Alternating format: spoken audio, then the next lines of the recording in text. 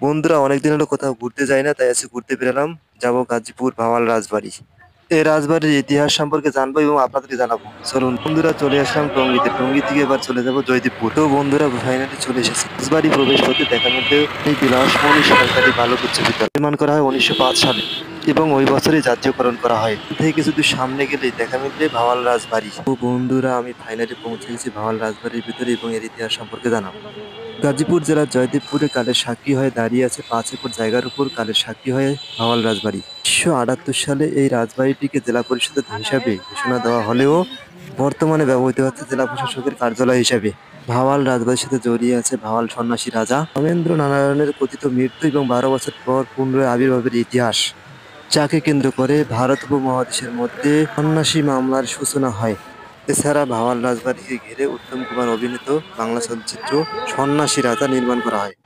এই রাজবাড়িটির নির্মাণ কাজ শুরু করেন লোকনারায়ণ রায় এবং সমাপ্ত করেন কালীনারায়ণ রায়।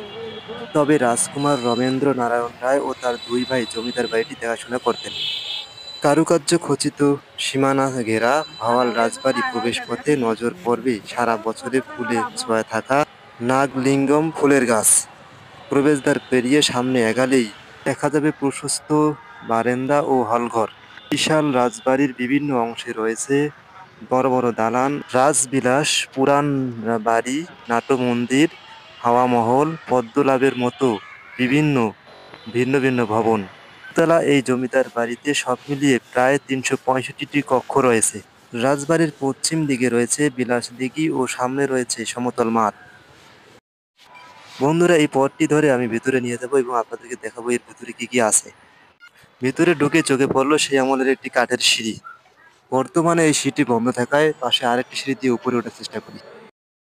তো বন্ধুরা আমি ফাইনালি উপরে উঠে গেছি। পর্দায় এখন দেখতে পারছেন পুরো রাজবাড়িটি।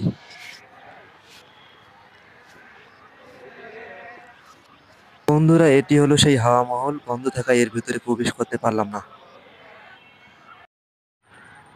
রাজবাড়ির উপরের প্রকৃতির সৌন্দর্য একবার উপভোগ করে নিলাম।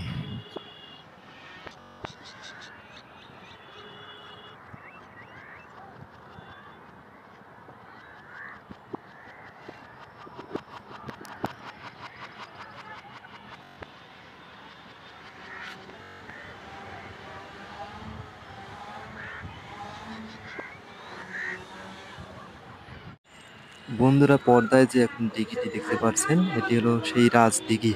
রাজদিঘির ওপারে রয়েছে অসংখ্য সরকারি অফিস, দুর্নীতি দমন কমিশন, উন্মুক্ত বিশ্ববিদ্যালয় সহ বিভিন্ন অফিস রয়েছে। বন্ধুরা এটি হলো সেই নাট্য মন্দির। মন্দির ছাড়া রয়েছে বর্তমান সময়ে মুসলমানদের নামাজ আদায়ের জন্য একটি মসজিদ।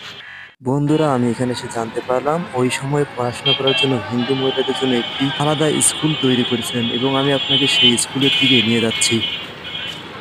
বন্ধুরা এই সেই স্কুল এখন যদি পর্দায় দেখতে পাচ্ছেন, ওই সময় এই স্কুলটির নাম ছিল রানী বিলাসমণি বালিকা উচ্চ বিদ্যালয়, বর্তমানে যার নাম জয়দেবপুর বালিকা উচ্চ বিদ্যালয়। তো বন্ধুরা আজকের মতো এই পর্যন্ত, টাটা বাই বাই। আবার দেখা হবে অন্য কোনো আলোচনা নিয়ে, অন্য কোনো রাজবাড়ি নিয়ে আলোচনা করব।